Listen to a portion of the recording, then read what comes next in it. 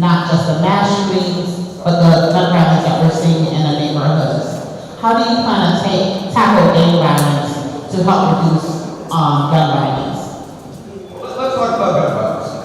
As Mayor Miami over 2.5 years ago, we actually passed an assault weapons ban. We passed it. Unfortunately, as you know, it was preempted by the state legislature. And the state legislature said local communities cannot regulate gun safety laws. And if they do, they'll be personally removed from office and they'll be fined severely. So number one, my belief is this. Let me tell you what we've done. When this horrible tragedy happened in Broward County, and I think a lot of us, I went to Broward County High School and public school as a parent, affected all of us. What we did is, we went right to Tallahassee. We sponsored the largest march and the largest demonstration on the first day that they were going to discuss gun safety law. We had over 20-something buses from around the state, with teachers and students, and we brought them there. And we did everything in our power to push the legislature to do more than what they did. But my commitment is this: if I'm honored to be governor, number one, I'll do everything in my power to push the legislature to ban assault rifles, have better background checks, and to make sure folks with mental health issues can't buy weapons in Florida. That's a commitment 100%. But I'm not so sure we're going to be able to convince that legislature to do that. Because as we know, they're all owned by the NRA, which to me means not responsible for anything, okay? So what are we going to do? We're going to take it to the people of Florida. We're going to take it to the people of Florida in a referendum.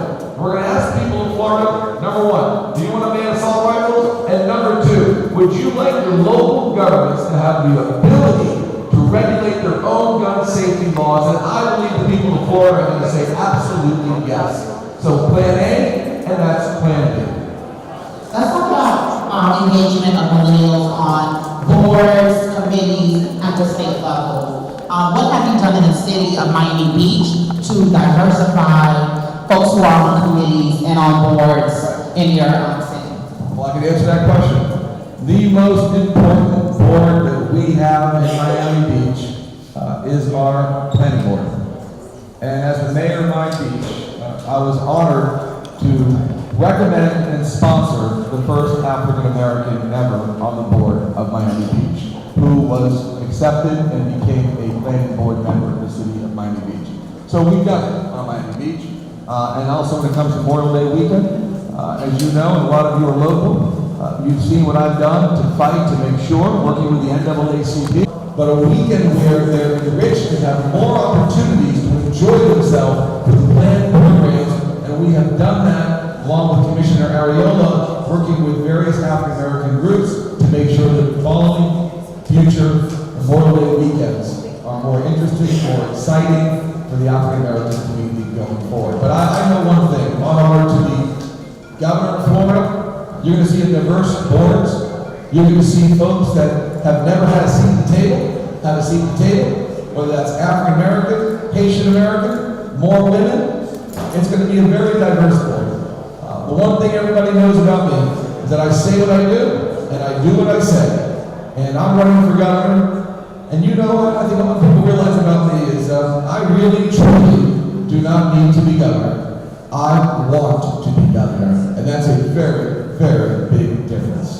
Mayor Levine, how do you feel like today's events went? Do you feel like you got a better connection with the millennial community out here? Well, I think it's fantastic. I think being in Little Haiti is always fun, and I enjoy it. And I think the mix of, I think it was African Americans, Caribbean Americans, and a lot of Haitian Americans obviously were here, and they were young. It was all different age groups. But, we run our campaign. We're everywhere across the state of Florida, and we want to talk to everybody all the time, and that's what we did.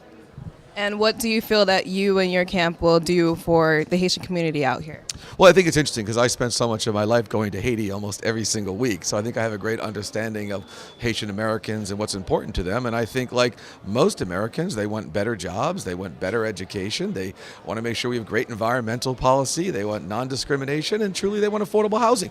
And I think that, as a former mayor, I think a lot of them have seen that I've actually done those things. It's one thing to talk the talk, it's another thing to actually walk the walk, and a lot of folks here know I've walked the walk. And how do you feel that your experience as being mayor of Miami Beach will help you in becoming governor of Florida? Well, you know what? It's not just being the mayor of Miami Beach. As you know, I started with $500 and I built some pretty large companies, and most of the time I spent in the Caribbean.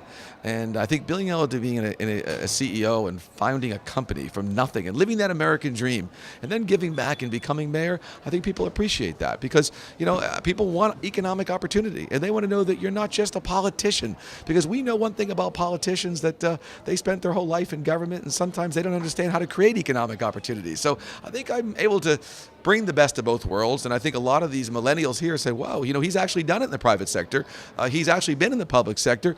Maybe he understands how to help us with greater economic opportunities, which I think is what everybody wants.